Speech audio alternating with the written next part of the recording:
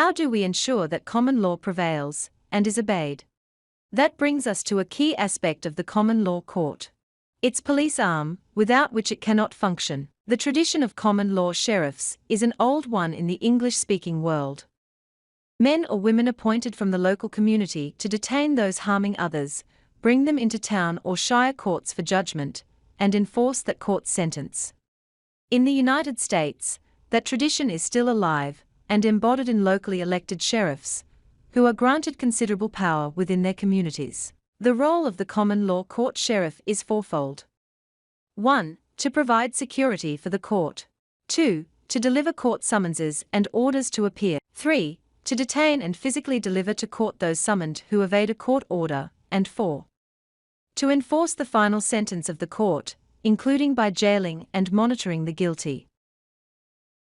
The sheriff does not perform these duties alone, but with deputies and other agents he appoints to assist him. Such a posse is another pejorative term that actually refers to an important traditional custom of mobilizing all the able-bodied men in a community to stop anyone who has committed a crime. The word posse comes from a Latin term pro toto posse suo, meaning to do the utmost in one's power. According to one writer, all persons who were victims of a crime in Anglo-Saxon England were expected to raise their hue and cry and apprehend the criminal. And, upon hearing their cry, every able-bodied man in the community was expected to do the utmost in his power, that is pro toto posse suo, apprehend the accused as a posse. 1215. The Year of Magna Carta by J. Danziger, et al., 2003. The custom of electing community peace officers like sheriffs, in other words, arose from the belief that everyone in a community had the obligation to police and protect themselves and their children. The court sheriff is thereby the servant of the people, taken from among them, answerable to, and recallable by them, and not an external force over them. Part of the power of such a sheriff is that he can deputize anyone to assist him, including other police officers and agents of the very institutions being named and tried in common law courts. This is an especially important tactic and action during the early stages of the development of our local common law courts, since it uses the very strength of the system we are opposing against itself. If a common law court summons or arrest warrant is to be delivered against a church or government official, the court sheriff will first deliver a copy of it to the local existing police agency, along with a deputizing notice placing those police under the jurisdiction of the common law. As such, the police are then obligated to assist the sheriff, and must take the same oath of common law office as the sheriff. If those issued such a notice deny or dispute it, or refuse to take the oath, they are then ordered to stand down from their position, and to not interfere with the sheriff in his duties. If they agree with the notice, either directly or through their silence or non-interference, such police agencies are tacitly abiding by the common law action, and the normal protection around criminals in high office is suddenly nullified. We should not underestimate the revolutionary consequences of such a nullification. May that the shield around the powerful is suddenly gone. Such a remarkable encounter is, in effect, an enormous tug of war between two contending legal systems. A battle of wills, played out in full public view, as an enormous teaching moment. Our aim is to create and encourage such a creative confrontation and moral conflict at every level of official society.